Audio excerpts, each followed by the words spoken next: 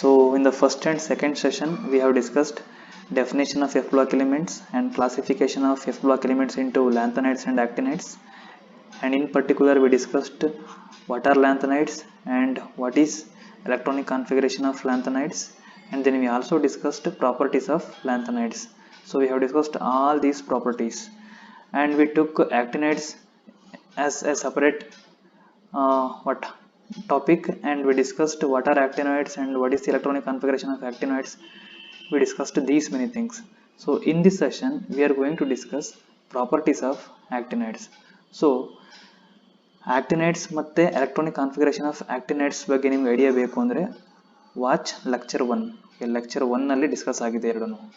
So in this session without wasting any time we will start properties of actinides. ಆಕ್ಟಿನೈಡ್ಸ್ದು ಏನೆಲ್ಲ ಲಕ್ಷಣಗಳು ಇದೆ ಅಂತ. So we have some 3 major properties like oxidation states of actinides ಹೇಗಿರುತ್ತೆ ಅನ್ನೋ ಒಂದು ಪ್ರಾಪರ್ಟಿಯನ್ನು discuss ಮಾಡಬೇಕು. ಅದಾದಮೇಲೆ ಆಕ್ಟಿನೈಡ್ ಕಾಂಟ್ರಾಕ್ಷನ್ ಅಂದರೆ ಏನು ಮತ್ತು ಅದರಿಂದ ಏನೆಲ್ಲ ಪರಿಣಾಮಗಳಾಗುತ್ತೆ, ಸೊ ಅದು ಎರಡನೇ property. And last properties some physical and chemical properties. So ನಾವಿಲ್ಲಿ ಹೇಗೆ ಲ್ಯಾಂಥನೈಡ್ಸ್ಗೆ ಡಿಸ್ಕಸ್ ಮಾಡಿದ್ವಿ ಅದೇ ಥರ ಆಕ್ಟಿನೈಡ್ಸ್ ಕೂಡ ಡಿಸ್ಕಸ್ ಮಾಡಬೇಕು. ಬಟ್ ಇದು ಅಷ್ಟು ಡೀಟೇಲ್ ಆಗಿರೋದಿಲ್ಲ, ಸಿಂಪಲ್ ಆಗಿರುತ್ತೆ. ಎಕ್ಸಾಮ್ ಪಾಯಿಂಟ್ ಆಫ್ ವ್ಯೂ ಅಲ್ಲೂ ಕೂಡ ಅಷ್ಟು ಇಂಪಾರ್ಟೆಂಟ್ ಅಲ್ಲ. You can expect only 2 marks from here. 2 marks expect ಮಾಡ್ಬೋದು ಅಷ್ಟೇ. But easy to understand. Please watch this video completely. Then at last we will discuss difference between lanthanides and actinides and uses of F block elements. So now let us start with the oxidation states of actinides. So generally most common oxidation state of actinide is +3. ಅಂದರೆ ಎಲ್ಲ actinide elements common ಆಗಿ +3 oxidation state ಅನ್ನು exhibit ಮಾಡುತ್ತೆ. C below ನಿಮ್ಮ ಇಲ್ಲಿ ಒಂದು table ಇದೆ. So ಈ ಟೇಬಲ್ ನೋಡಿದ್ರೆ ಗೊತ್ತಾಗುತ್ತೆ ನಿಮಗೆ. All actinides are exhibiting +3 oxidation state except thorium. thorium ಬಿಟ್ಟು ಇನ್ನು ಉಳಿದೆಲ್ಲ +3 oxidation state ಅನ್ನು ಎಕ್ಸಿಬಿಟ್ ಮಾಡ್ತಿದೆ. ಅಂದರೆ ಈ ರೀತಿ ಲೈಕ್ ಆಕ್ಟಿನಿಯಂ +3, ಥೋರಿಯಂ ಬೇಡ, ಯುರೇನಿಯಂ +3, ನೆಪ್ಚೂನಿಯಂ +3, ಈ ರೀತಿ ಎಲ್ಲ ಎಲಿಮೆಂಟ್ಸ್ ಕೂಡ ಕಾಮನ್ ಆಗಿ +3 ಆಕ್ಸಿಡೇಷನ್ ಸ್ಟೇಟ್ ಅನ್ನು ಎಕ್ಸಿಬಿಟ್ ಮಾಡುತ್ತೆ. ಸೊ ಅದಕ್ಕೆ common oxidation state of actinide is +3. Second point is actinides exhibit more variable oxidation state as compared to the lanthanides due to smaller energy difference between 5f, 6s and 7s orbitals of actinides. See, ಒಂದನ್ನು ತಿಳ್ಕೊಳ್ಳಿ, ಆಕ್ಟಿನೈಡ್ಸ್ ತುಂಬ variable oxidation ಸ್ಟೇಟನ್ನು exhibit ಮಾಡುತ್ತೆ. Variable oxidation state ಅಂತಂದರೆ ಒಂದಕ್ಕಿಂತ ಜಾಸ್ತಿ oxidation ಸ್ಟೇಟನ್ನು exhibit ಮಾಡೋದು. For example uranium ತಗೊಳ್ಳಿ, it exhibits 3, 4, 5, 6. Neptunium exhibits 3, 4, 5, 6, 7. So ಈ ರೀತಿ you can see here many elements of actinides are exhibiting more number of oxidation states or variable oxidation states. So ಇದು one of the properties of actinides. So ಯಾಕೆ ಇಷ್ಟು ಜಾಸ್ತಿ number of oxidation state ಅನ್ನು exhibit ಮಾಡುತ್ತೆ ಅಂತಂದ್ರೆ the reason is smaller energy difference between 5f, 6s and 7s orbitals of actinides. Very important. See actinides electronic configuration ನಾವು ಬರೆದಿದ್ವಿ, first ಸೆಷನ್ನಲ್ಲಿ discussion ಆಗಿದೆ ಅದು. As you can see on the screen, electronic ಕಾನ್ಫಿಗರೇಷನಲ್ಲಿ actinides electronic ಕಾನ್ಫಿಗರೇಷನಲ್ಲಿ orbitals ಯಾವ್ದಿದೆ ನೋಡಿ. ಇಲ್ಲಿ V have 5f, 6d, 7s. ಎಲ್ಲದರಲ್ಲೂ ಏನಿದೆ 5f, 6d, 7s. So in actinides we have 5f orbital, 6d orbital and 7s orbital.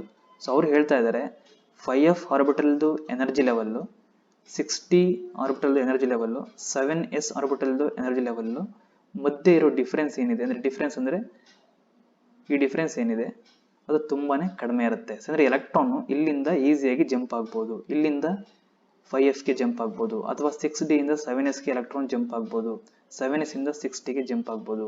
So ಯಾವಾಗ energy difference between any orbitals ತುಂಬ ಕಡಿಮೆ ಇರುತ್ತೆ ಆವಾಗ ಈಸಿಯಾಗಿ ಎಲೆಕ್ಟ್ರಾನು ಇಂಟರ್ಚೇಂಜ್ ಆಗುತ್ತೆ. ಈಸಿಯಾಗಿ ಎಲೆಕ್ಟ್ರಾನು ಒಂದು ಕಡೆಯಿಂದ ಇನ್ನೊಂದು ಕಡೆಗೆ ಡಿಸ್ಪ್ಲೇಸ್ ಆಗ್ತಿದೆ, ಇಂಟರ್ಚೇಂಜ್ ಆಗ್ತಿದೆ ಅಂತಂತಂದರೆ that will exhibit more number of oxidation state. So ಅದು ಇಲ್ಲಿ ಜಸ್ಟಿಫಿಕೇಶನ್ ಅಷ್ಟೇ. ಸೊ ಆಕ್ಟಿನೈಡ್ಸಲ್ಲಿ 5f, 6d ಮತ್ತು 7s, 5f, 6d ಮತ್ತು 7f ಮಧ್ಯೆ ಇರುವಂತಹ ಎನರ್ಜಿ ಡಿಫರೆನ್ಸು ತುಂಬ ಕಡಿಮೆ ಇರೋದ್ರಿಂದ actinides will exhibit more number of oxidation state. And third point is the maximum oxidation state exhibited by actinide increases from thorium up to neptunium and plutonium. So thorium ಇಂದ plutonium, neptunium ಮತ್ತು plutonium ತನಕ number of oxidation state exhibition ಏನಾಗುತ್ತೆ, ಜಾಸ್ತಿ ಆಗ್ತದೆ. See thorium exhibits only +4 oxidation state, but neptunium exhibits 6, 7, 5 as well. Plutonium exhibits 5, 6, 7. So actinium ಇಂದ plutonium ತನಕ oxidation state exhibition capacity ಏನಾಗ್ತಿದೆ, ಜಾಸ್ತಿ ಆಗ್ತಿದೆ. ಸೊ ಅದು ಒಂದು ಪಾಯಿಂಟ್.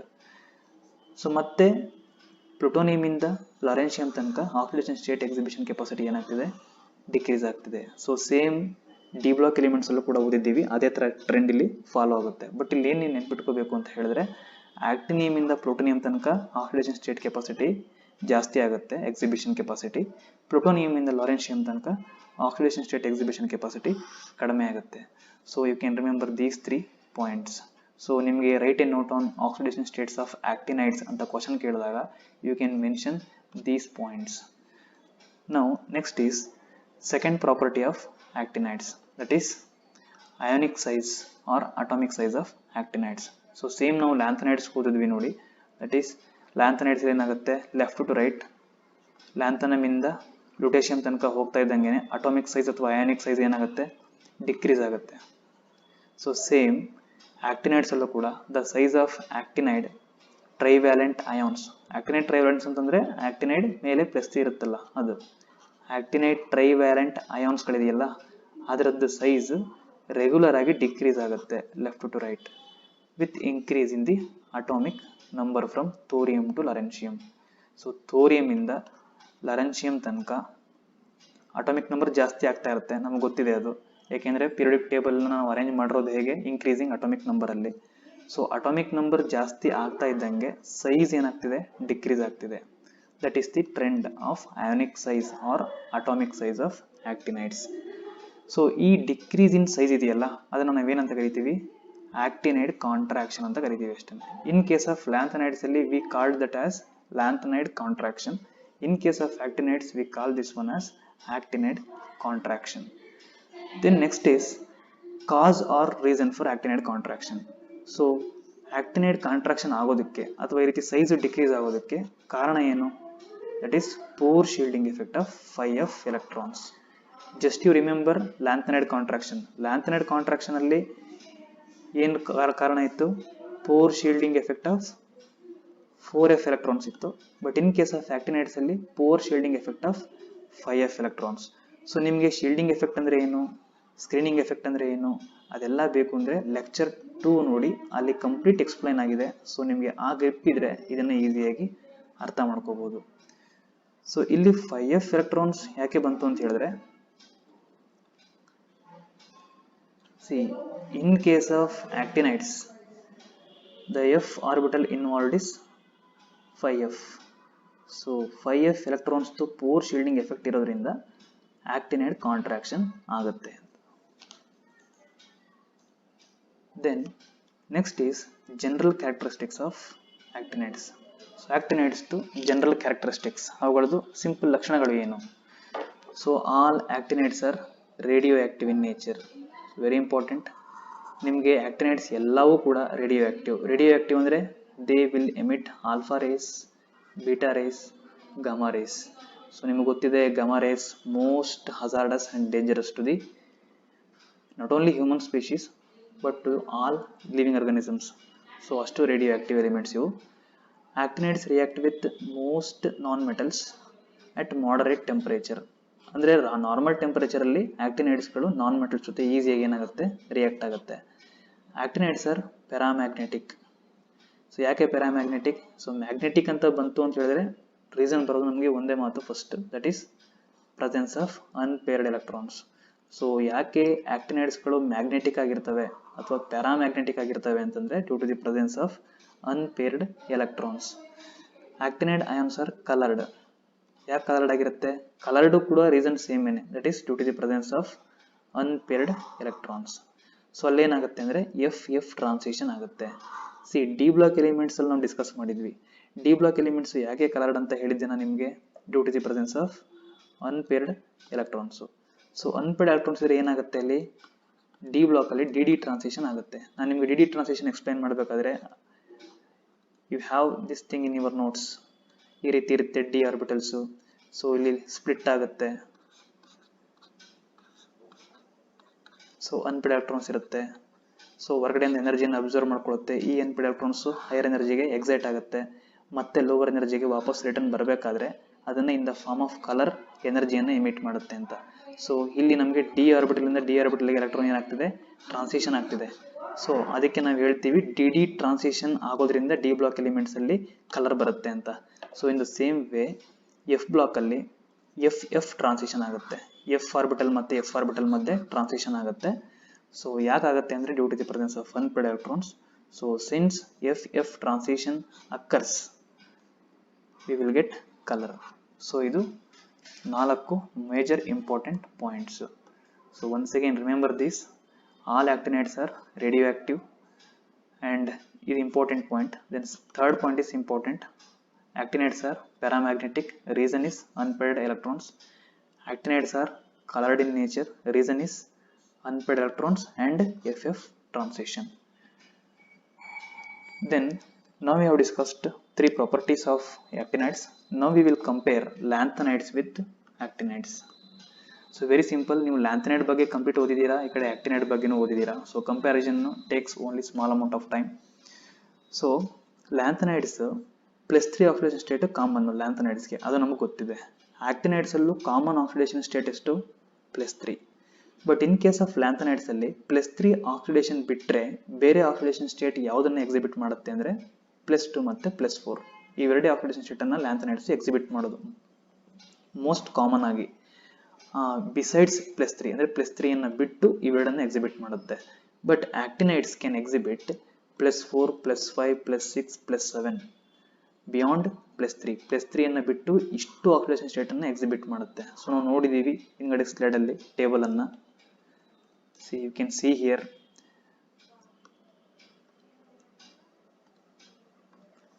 ಆಕ್ಟಿನೈಡ್ಸ್ +3 ಅನ್ನು ಬಿಟ್ಟು it can exhibit +4, +5, +6, +7 as well. But lanthanides +2 ಮತ್ತೆ +4 ಅನ್ನು ಮಾತ್ರ ಎಕ್ಸಿಬಿಟ್ ಮಾಡೋದು.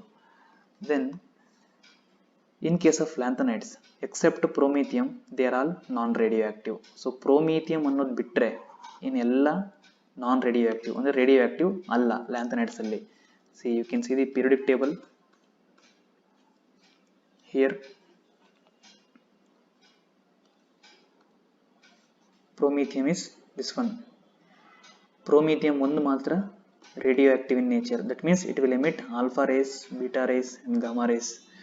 ಅದನ್ನು ಬಿಟ್ಟು ಇನ್ನು ಉಳಿದೆಲ್ಲ ಏನು ನಾನ್ ರೇಡಿಯೋ ಆಕ್ಟಿವ್ ಲ್ಯಾಂಥನೈಡ್ಸ್ ಅಲ್ಲಿ.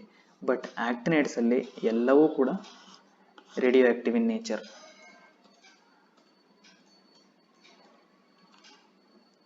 So in case of actinides all actinides are radio active in nature and they do not form ಆಕ್ಸೈನ್ಸ್.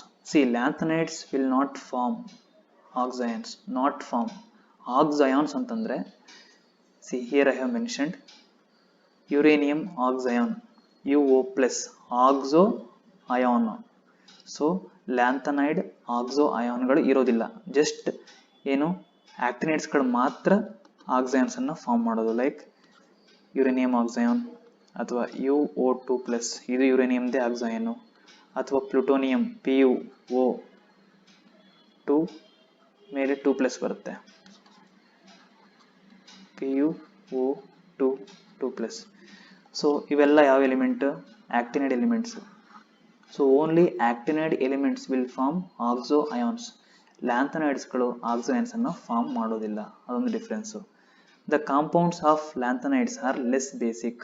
So ಲ್ಯಾಂಥನೈಡ್ಸ್ದು ಕಾಂಪೌಂಡ್ಸ್ಗಳು ಏನು ಲೆಸ್ ಬೇಸಿಕ್, ಆಕ್ಟಿನೈಡ್ ಕಾಂಪ್ಲೆಕ್ಸ್ಗಳು more basic. So you can easily understand lanthanides ಕೆಳಗಡೆ actinides ಇರುತ್ತೆ, lanthanides basicity ಕಡಿಮೆ ಇರುತ್ತೆ, ಆಕ್ಟಿನೈಡ್ಸ್ basicity ಜಾಸ್ತಿ ಇರುತ್ತೆ. ಅಂದರೆ ಡೌನ್ ದ ಗ್ರೂಪ್ ಏನಾಗುತ್ತೆ, ಬೇಸಿಸಿಟಿ ಇನ್ಕ್ರೀಸ್ ಆಗುತ್ತೆ ಅಂತ ಅಷ್ಟೇನೆ. Then they have less tendency of forming complexes. ಅಂದರೆ ಲ್ಯಾಂಥನೈಡ್ಸು ಕಾಂಪ್ಲೆಕ್ಸನ್ನು ಫಾರ್ಮ್ ಮಾಡೋದಿಲ್ಲ. ಕಾಂಪ್ಲೆಕ್ಸ್ ಅಂದರೆ big molecules, large molecules. So large ಮಾಲಿಕ್ಯೂಲ್ಸನ್ನು ಲ್ಯಾಂಥನೈಡ್ಸು ಫಾರ್ಮ್ ಮಾಡೋದಿಲ್ಲ.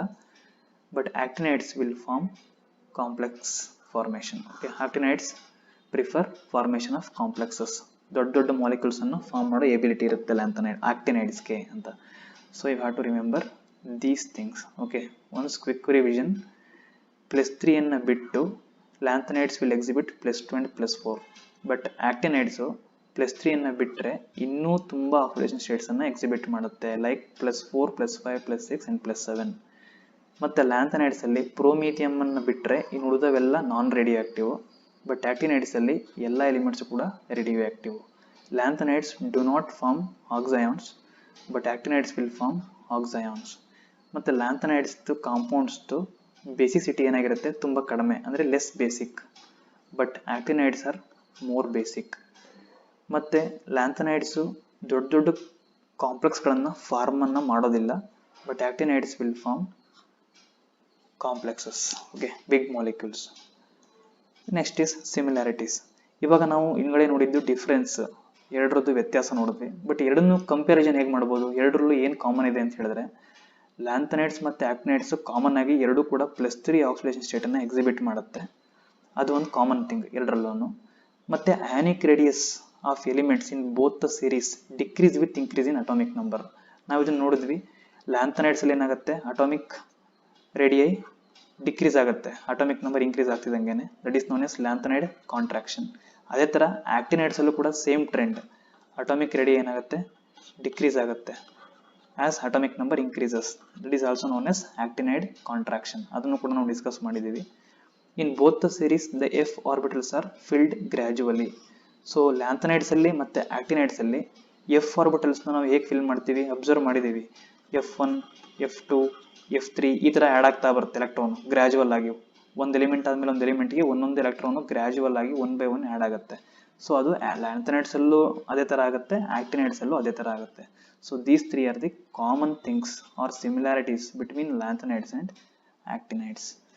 Then at last we discuss applications of lanthanides. So lanthanides anna elli use ಮಾಡ್ತೀವಿ.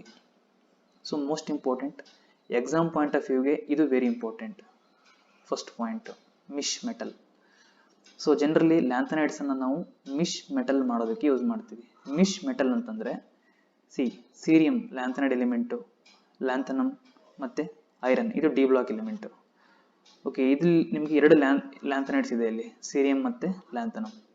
So 50% ಸೀರಿಯಮ್ಮು ಅಂದರೆ ಒಂದು 100 gram compound ಮಾಡಿದ್ರೆ ನೀವು 50 ಗ್ರಾಮ್ ಸೀರಿಯಮ್ಮು, 40 ಗ್ರಾಮ್ ಲ್ಯಾಂಥನಮ್ಮು, ಒಂದು 7 ಗ್ರಾಮು ಐರನ್ನು, ಇನ್ನು ಉಳಿದಿರುವಂತಹ ಸಣ್ಣ ಪುಟ್ಟ ಟ್ರೇಸಸನ್ನು ಸಲ್ಫರು ಅಥವಾ ಕಾರ್ಬನ್ನು ಅಥವಾ ಕ್ಯಾಲ್ಶಿಯಮ್ಮು ಅಥವಾ ಅಲ್ಯೂಮಿನಿಯಂ ಇವುಗಳನ್ನು ಮಿಕ್ಸ್ ಮಾಡಿದ್ರೆ ನಿಮಗೆ ಒಟ್ಟಾರೆ ಒಂದು 100 ಗ್ರಾಮ್ ಕಾಂಪೌಂಡ್ ಸಿಗುತ್ತೆ.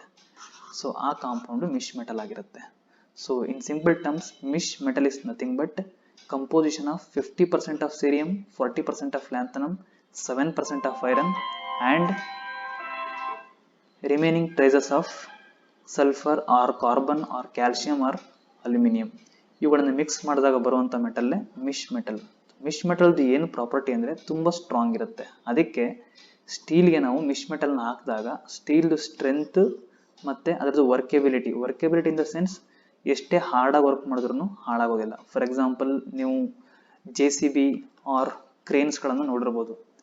ಸೊ ಕ್ರೇನ್ಸ್ ಅಥವಾ JCB ದೊಡ್ಡ ಮೈನಿಂಗ್ ಆ್ಯಕ್ಟಿವಿಟೀಸ್ನ ಮಾಡುತ್ತೆ. ಸೊ ಮೈನಿಂಗ್ ಆ್ಯಕ್ಟಿವಿಟೀಸ್ ನೀವು ನೋಡಿರ್ತೀರ, ತುಂಬಾ ರಫ್ ಸರ್ಫೇಸ್ ಗ್ರೌಂಡನ್ನು ಅದು ಡಿಗ್ ಮಾಡಬೇಕಾಗತ್ತೆ. ಸೊ ಅಲ್ಲಿ ನಿಮಗೆ ಆ ಸ್ಟೀಲ್ನ ನಾವು ಮಿಶ್ ಮೆಟಲಿಂದ ಮಾಡಿದ್ರೆ ಆ ಸ್ಟೀಲ್ ಎಷ್ಟೇ ವರ್ಷ ಏನೇ ಮೈನಿಂಗ್ ಮಾಡಿದ್ರೂ ಏನೂ ಆಗೋದಿಲ್ಲ. ಸೊ ಅಂಥ ಕಡೆ ನಾವು ಮಿಶ್ ಮೆಟಲ್ಸ್ನ ಯೂಸ್ ಮಾಡ್ತೀವಿ. ಮತ್ತು misch metal is added with 3% of magnesium. ಏನು ಮಿಶ್ ಮೆಟಲ್ ಇದೆ ಅಲ್ಲಿಗೆ ನಾವು 3% ಮೆಗ್ನೀಷಿಯಮ್ ಹಾಕಿದ್ರೆ ಅದನ್ನು ನಾವು ಎಲ್ಲಿ ಯೂಸ್ ಮಾಡ್ತೀವಿ ಅಂದರೆ ಬುಲೆಟ್ಸಲ್ಲಿ ಯೂಸ್ ಮಾಡ್ತೀವಿ. ಬುಲೆಟ್ಸ್ ಇನ್ ದ ಸೆನ್ಸ್ ಗನ್ನಲ್ಲಿ ನಾವು ಬುಲೆಟ್ ಯೂಸ್ ಮಾಡ್ತೀವಲ್ಲ ಶೂಟ್ ಮಾಡೋದಕ್ಕೆ. ಸೊ ಅಲ್ಲಿ ನಾವು misch metal with 3% of magnesium ಕಂಪೋಸಿಷನನ್ನು ಯೂಸ್ ಮಾಡ್ತೀವಿ. That is application of misch metal, very important. The next is lanthanides to oxides are used in glass industry for polishing glass.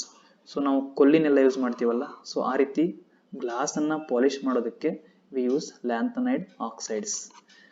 And making coloured glass for goggles and TV screens. So ನಾವು I ಗ್ಲಾಸಸ್ಗಳನ್ನು ನೋಡಿರ್ತೀವಿ, ತುಂಬ ಏನು decorated ಆಗಿ embroidery ಆಗಿ coloured ಗ್ಲಾಸಸ್ಗಳನ್ನ ನೋಡಿರ್ತೀವಿ. So ಆ coloured ಗ್ಲಾಸಸ್ಗಳನ್ನು ನಾವು ಮಾಡೋದಕ್ಕೆ ವಿ ಯೂಸ್ ಲ್ಯಾಂಥನೈಡ್ಸ್. ಮತ್ತು T V screens. So T V screens glass ಆಗಿದ್ರೂ ಕೂಡ ಟಿ ವಿ ಸ್ಕ್ರೀನ್ಸ್ ಕಲರ್ ಹೇಗಿರುತ್ತೆ, ಪ್ಯೂರ್ ಬ್ಲ್ಯಾಕ್ ಇರುತ್ತೆ. ಸೊ ಅದಕ್ಕೆ ಆ ಥರ ಎಲ್ಲ ಕಲರ್ ಬೇಕು ನಮಗೆ ಅಂತ ಹೇಳಿದ್ರೆ ವಿ ಯೂಸ್ ಲ್ಯಾಂಥನೈಡ್ಸ್. ಮತ್ತು lanthanides are used in magnetic and electronic devices.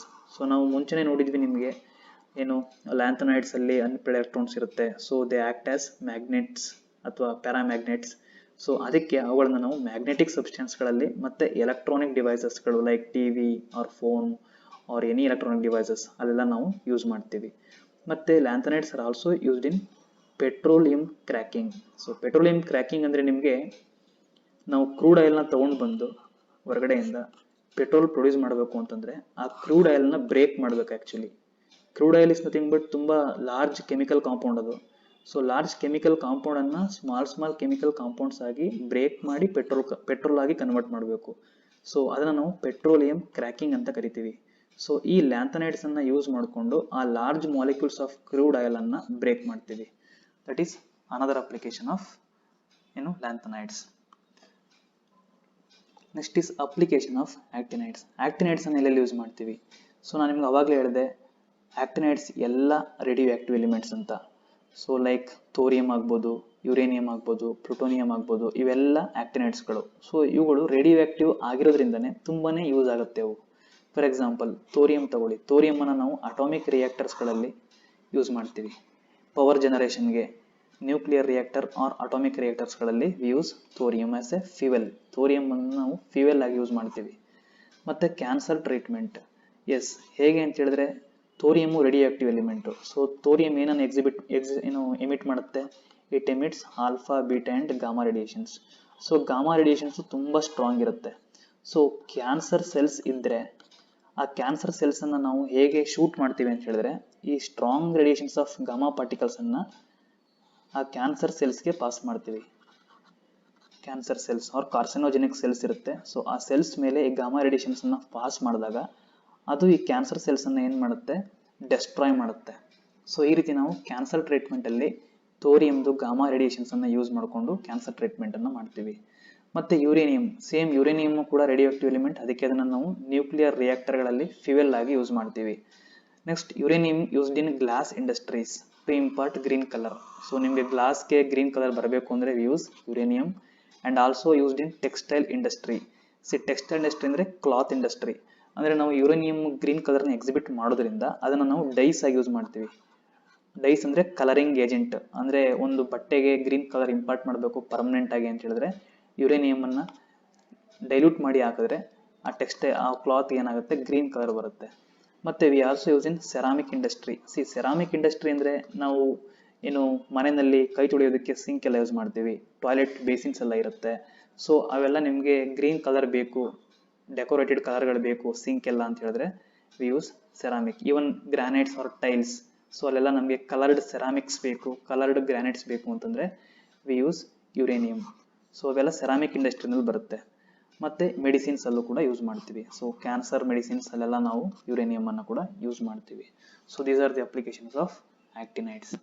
So I think we have completed all topics of F block elements.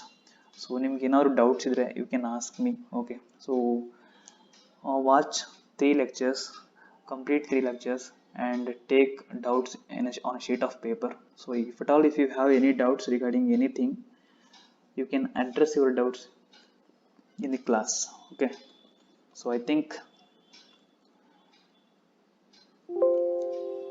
you can just glance this lecture plan.